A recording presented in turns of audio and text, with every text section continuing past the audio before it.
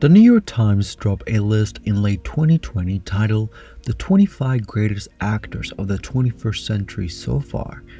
In it, 3 actors were of Latin American origin. The person you'll encounter as you start to scroll down through the list is the face that has characterized the new Latin American cinema, which began 20 years ago.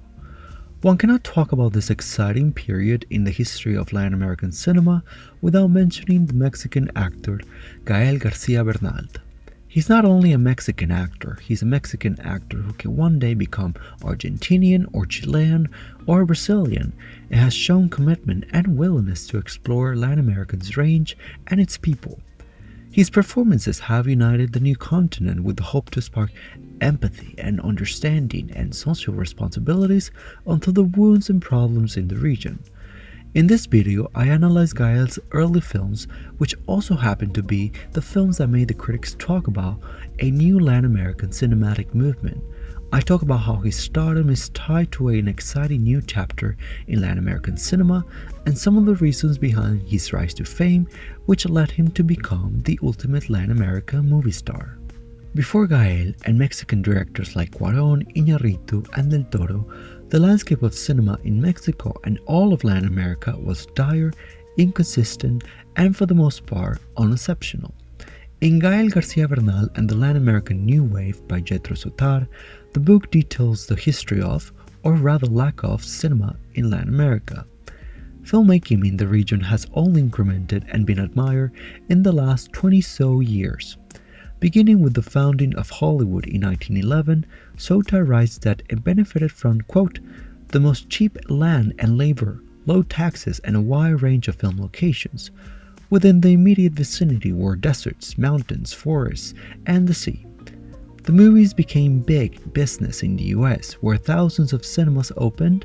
In Latin America, the only places with movie theaters right through the 1920s remained major conurbations: Mexico City, Buenos Aires, and Sao Paulo.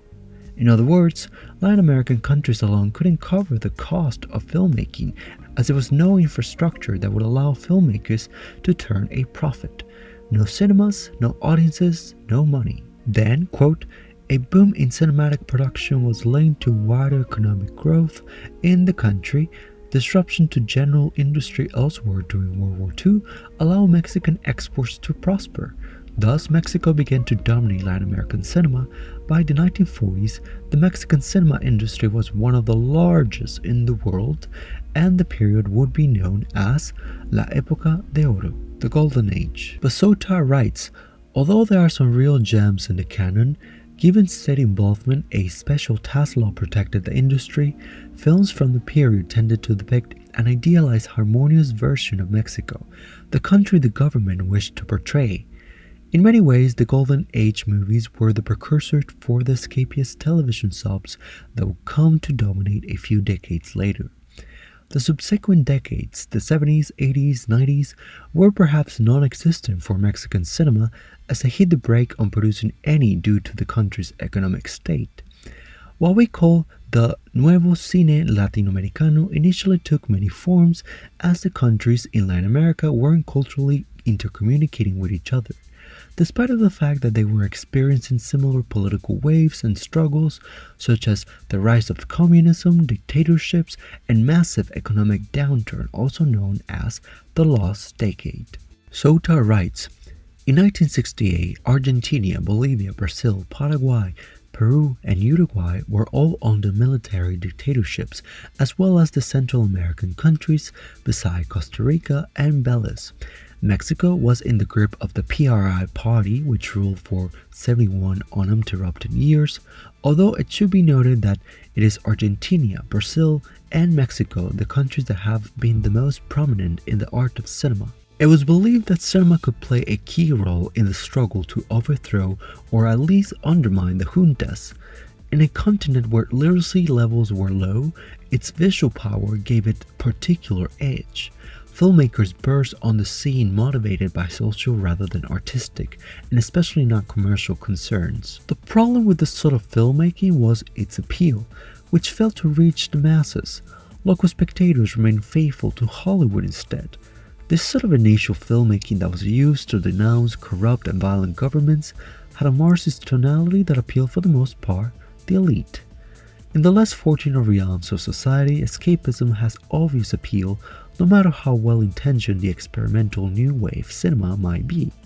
Alfonso Cuarón called it the cinema of denunciation, and a quote from Iñárritu perfectly encapsulates how most of these movies are considered, saying, "If nobody understands us and nobody goes to see a movie, that must mean it's a masterpiece." One of the main problems why the film industry lacked fuel in the new continent was that many of the countries in the region were subject to state funding, so what we call waves is not so attached to a creativity boom but rather different economic and social forces, Alvarez says.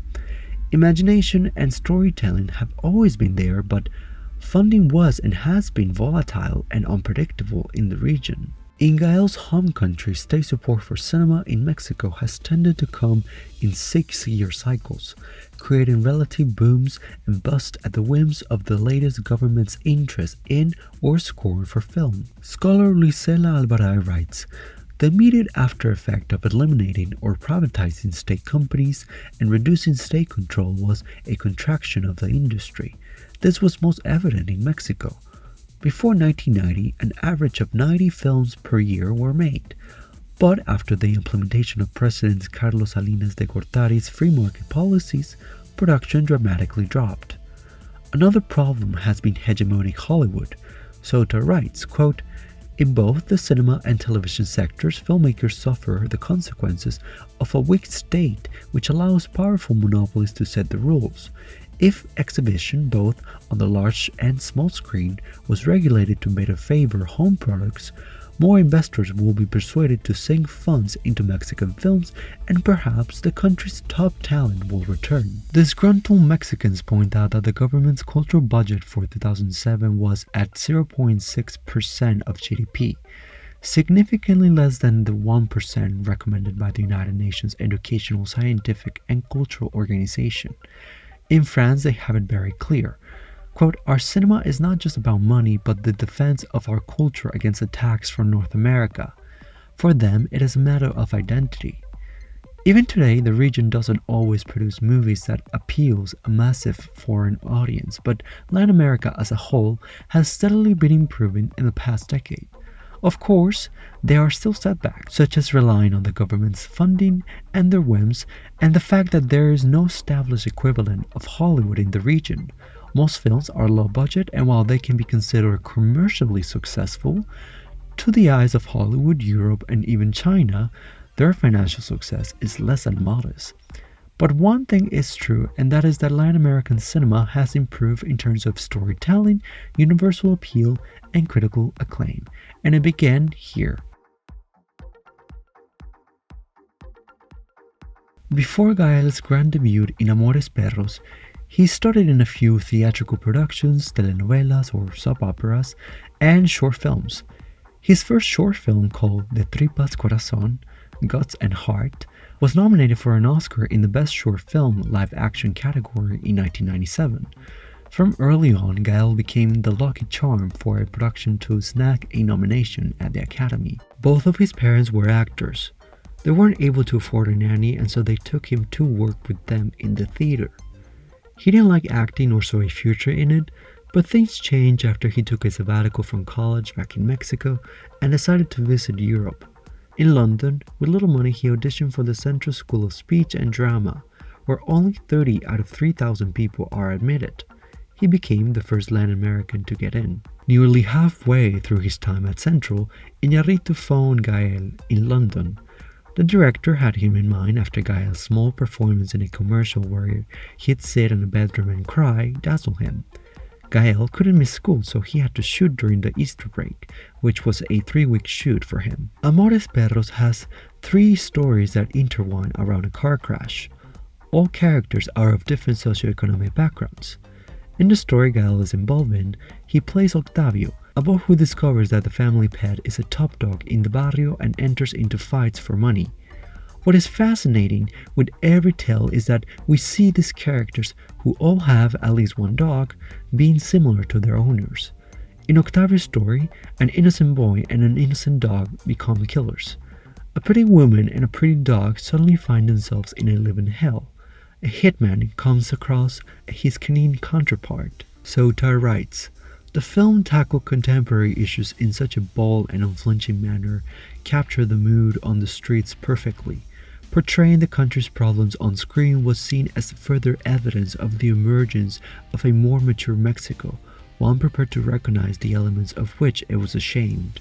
Oddly enough, the film came out as Mexico was in the middle of a general election, one in which the PRI will lose its power after 71 years of uninterrupted power grab.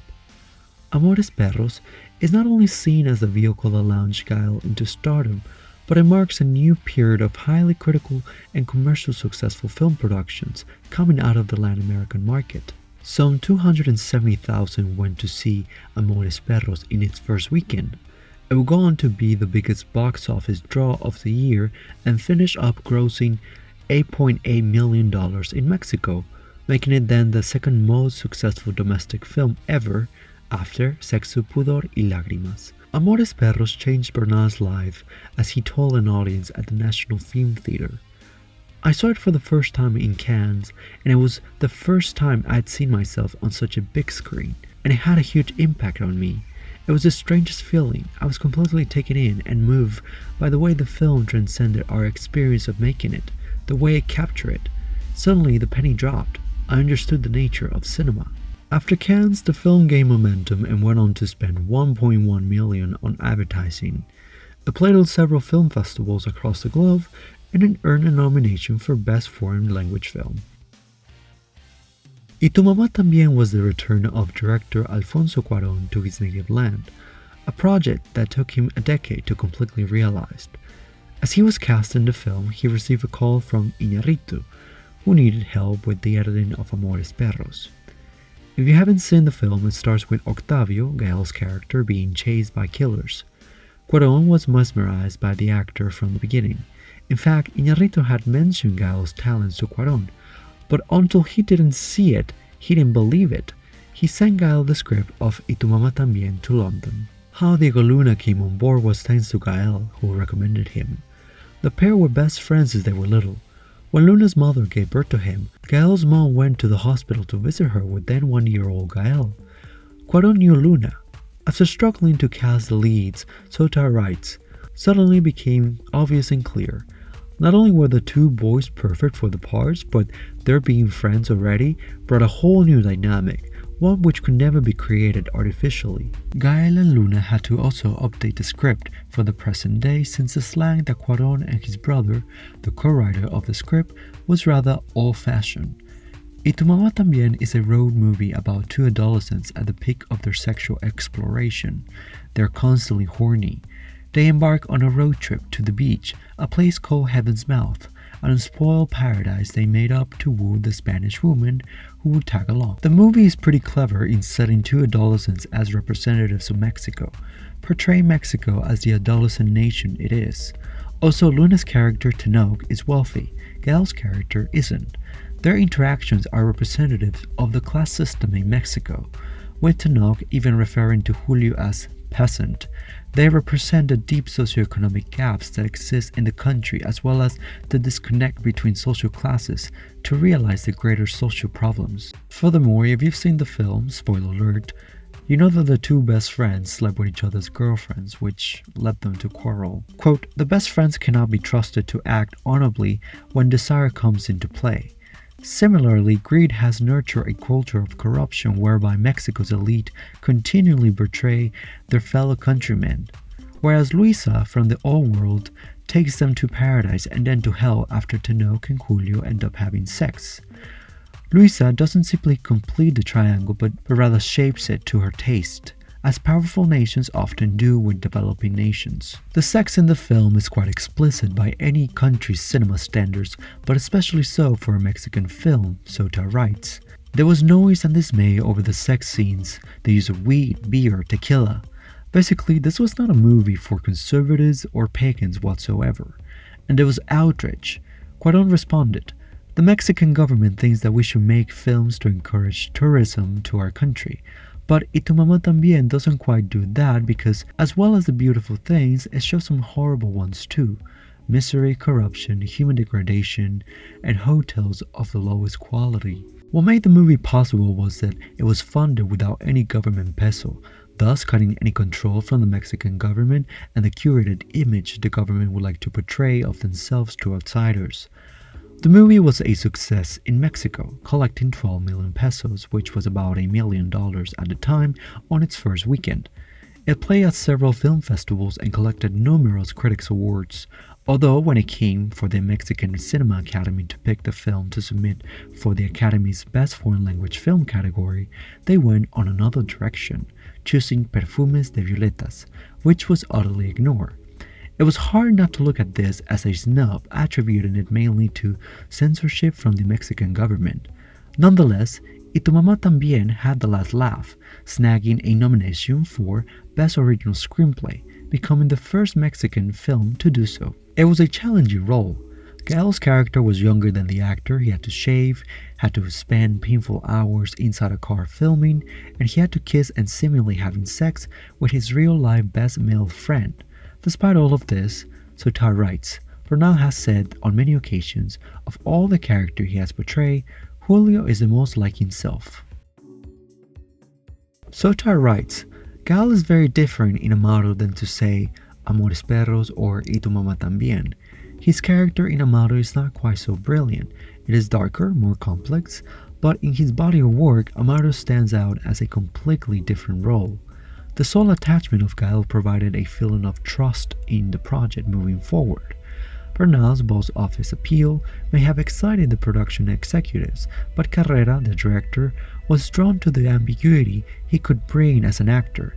In the case of Father Amaro, his ability to appear both angelic and manipulative at the same time. The script also found Gael at a point in his career in which he was mostly asked to play the Latin lover or boys from the barrio. The film, based on a book, is about Father Amaro, played by Gael, who recently came out of seminary school. He arrives to a small parish where the other priests are corrupt, having dealings with the mafia, and not adhering to their vows of chastity. Amaro quickly follows a similar path, falling in love with a 16-year-old girl and leaving her pregnant.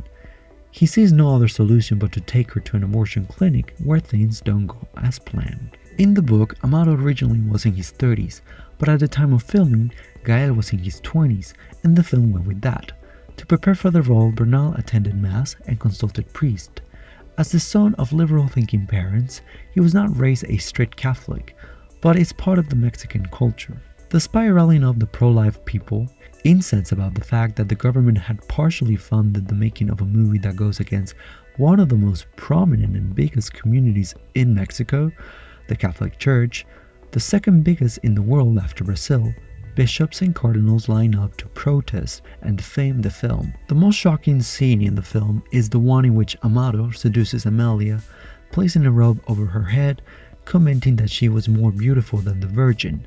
It cannot be more egregious and sensitive in a land that vehemently worships the Virgin of Guadalupe. But when it came time to screen the film in theaters, the controversy had done more good than bad, as it sparked the curiosity of Mexicans, releasing the film in a record number of theaters, 365, more than the previous two other films, Amores Perros and Itoma tambien. The crime of Father Amaro went on to make 162 million Mexican pesos domestically, which was about $14.9. People thought the fuss was not warranted. Many commentators were genuinely surprised that the movie was not an out-and-out aggression against the church and praised its balance and humanity. The success and attention of the film had a lot to do with Gael, Sotar writes. Many viewers overseas went to see The Crime of Father Amaro on the back of Amores Perros and Itoma tambien, a sign of Mexico's and Bernal's growing cinematic recognition. It went on to be nominated for Best Foreign Language Film at the Academy, the same year that Itoma tambien was up for Best Original Screenplay. Then we had The Motorcycle Diaries. Gael had played Che Guevara before for a television film titled Fidel, but critics and himself agrees it wasn't his best performance. The Motorcycle Diaries was directed by Central Station director Walter Salles, and it was based on two books, one written by Che himself when he was a medical student who decided to travel around several countries in Latin America with his best friend Alberto Granado, who wrote the other book that was used for the adaptation. In the film, we see how Che and Alberto negotiate through the continent's terrain, snow-capped mountains to deserts and jungle. They experience a spiritual and political awakening that would change their lives and purpose. And we know how that turned out for Che. Salas had Gael in mind from the very beginning. He was captivated by his performance in Amores Perros even before his subsequent performances were released, saying, "I met Gael in 2001 when I saw Amores Perros and I was very impressed, not by the viscerality or depth that he had, but also his maturity as an actor. Everything was coming from within in a very internalized manner, and that's very rare for an actor of 19 or 20 years of age," said Salas. Che had long been a figure of admiration for Gael, whose grandfather had fled the Cuban Revolution. On this movie, Gael said it had a great impact on him as, quote, "Che invited me on a journey in which I lost myself and therefore found my true self. He helped me to contextualize myself as a Latino, to prove there are no borders. Mexicans, Chileans, Peruvians, Argentinians, we are all one," said Gael to Fotogramas. One of the most touching scenes in the film is when Gael gives a toast in Peru to the United Latin America. Quote, "We have to get back together and understand and accept that we are countries that were created out of colonial caprice. We are countries that were not necessarily meant to be.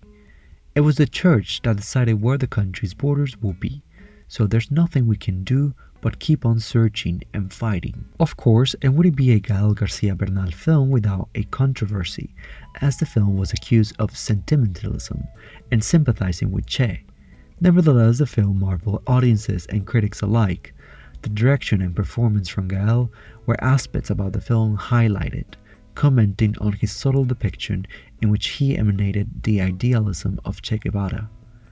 The movie was nominated for Best Adapted Screenplay at the Oscars, and it won Best Song. What we need to understand about this time period, as some call it Buena Onda, and these films is that for the first time there was a lauded film coming out of the region that had universal attraction but tackling local issues in a form of introspection every year.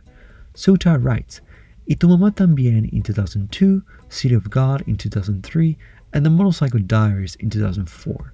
Those films were connected in that they fed off each other, making the most of the momentum and interest in Latin American cinema that all the movies had caused. They were able to do this because despite the differences in terms of origin, common traits could be detected by audiences. Buena Onda pictures play well at home and abroad because they were able to shape specific national realities into universal themes.